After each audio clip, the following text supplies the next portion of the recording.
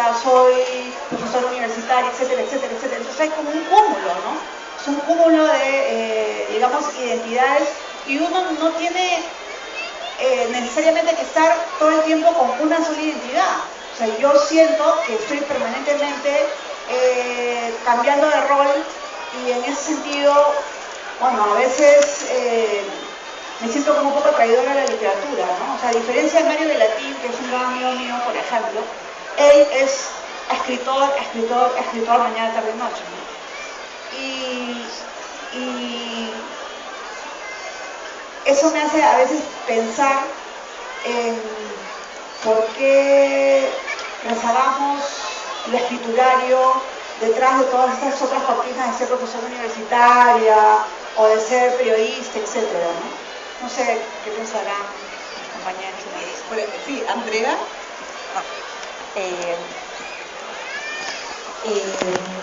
Pienso en dos motivos. Primero, y usando un poco la palabra que convocó la mesa, para cruzar esa frontera entre el lector y el autor.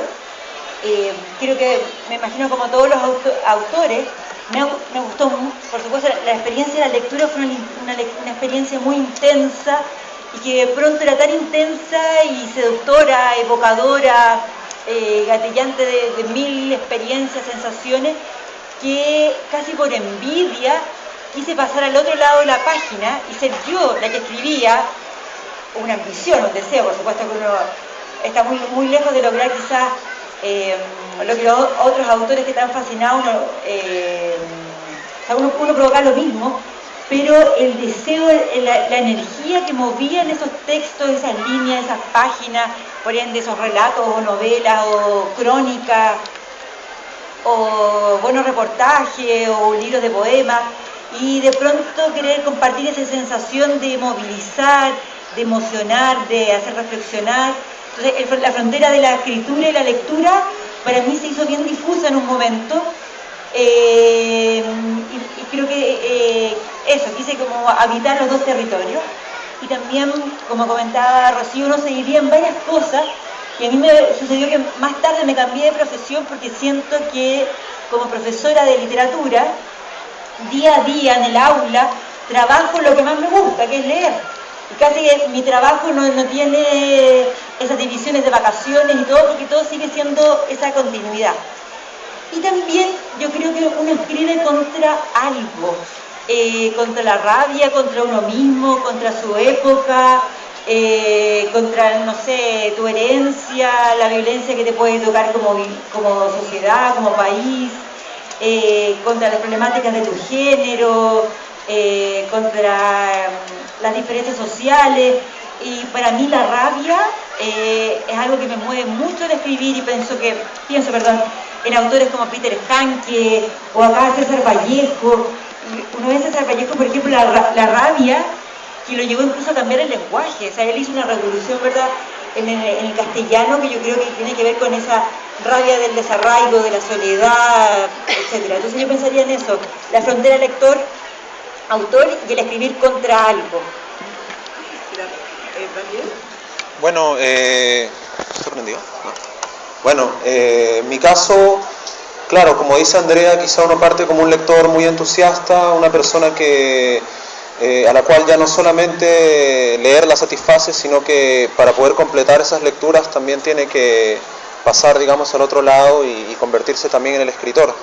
Y particularmente creo que a partir de los 15 años, cuando es que empiezo a escribir poesía, pues en realidad, si bien estoy en este libro de narrativa, soy poeta, tengo más publicaciones y traducciones en esa línea, creo que ha sido una serie de apuestas y renuncias a otras vidas posibles que pude haber tenido, porque antes, digamos, de dedicarme a la literatura profesionalmente, tanto en la docencia como en el ámbito de la editorial y la escritura, yo estudié 3 años Derecho y a disgusto de mi familia dejé esa carrera para estudiar literatura, y hace un año, por ejemplo, dejé la docencia universitaria para dedicarme a la editorial y a escribir.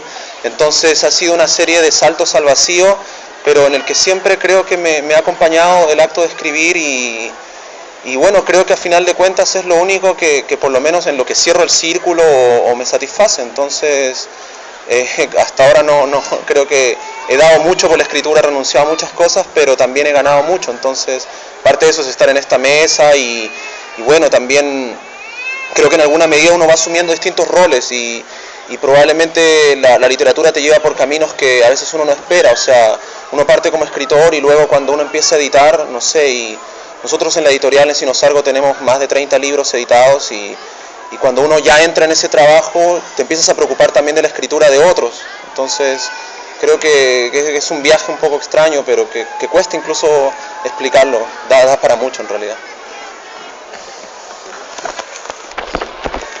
Yo creo que yo empecé a escribir primero de a oídas, en lugar de escribir, empezando a leer como el niño solitario que alguna vez fui. Creo que leer y escribir son una forma de estar solo, ¿no? Una forma de aprender a seguir estando solo. Ahora hay una mayor dificultad para estar solo. Y yo me recuerdo como un chico solitario, a quien alguna vez le rompieron el corazón, y que tuvo que escribir cartas de amor, que por supuesto no se toman como literatura en serio, pero por algo se empieza, ¿no? Y cuando digo que empecé a ser escritor de a oídas es porque creo que oyendo ciertas palabras, y esto lo que quiero decirles es que hay una intimidad con las palabras, con el lenguaje, de otra manera es difícil creerte lo que estás haciendo. Creo que algunas palabras me producían como retortijones, como espasmos, escucharlas, ahora ya no las recuerdo cuáles eran, pero escucharlas me provocaban unas ganas de volver a repetirlas en voz alta y me recuerdo a mí mismo repitiendo algunas palabras para mí solo. Creo que ese es el recuerdo más remoto de concisa del lenguaje que aún mantengo, ¿no?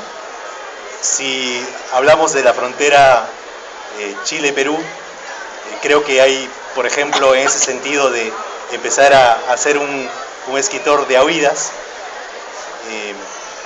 hay dos palabras en español chileno que me encantan. Una es quiltro, ¿no? Quiltro, Q-U-I-L-T-R-O, quiltro, es el nombre equivalente a lo que nosotros le llamamos perro chusco, a lo que los brasileños le llaman vira-lata y a los que otros países le llaman simplemente perros callejeros, ¿no? O nosotros perro chusco, ¿no? Y quiltro la primera vez que escuché que a un perro chusco le llamaban quiltro, yo decidí en ese momento que si fundaba algo con una amiga chilena, la revista se llamaría Quiltro, ¿no? También me gustó bastante saber que para decir cachetada le llamaban galleta. Y así uno va por los países atravesando justamente fronteras para seguir escuchando palabras que luego llega a ver en forma impresa, ¿no? Creo que ese es el origen de mi vocación de estar solo, de leer y de escribir, ¿no? Gracias. Oye, y colgándonos de eso que tú acabas de decir,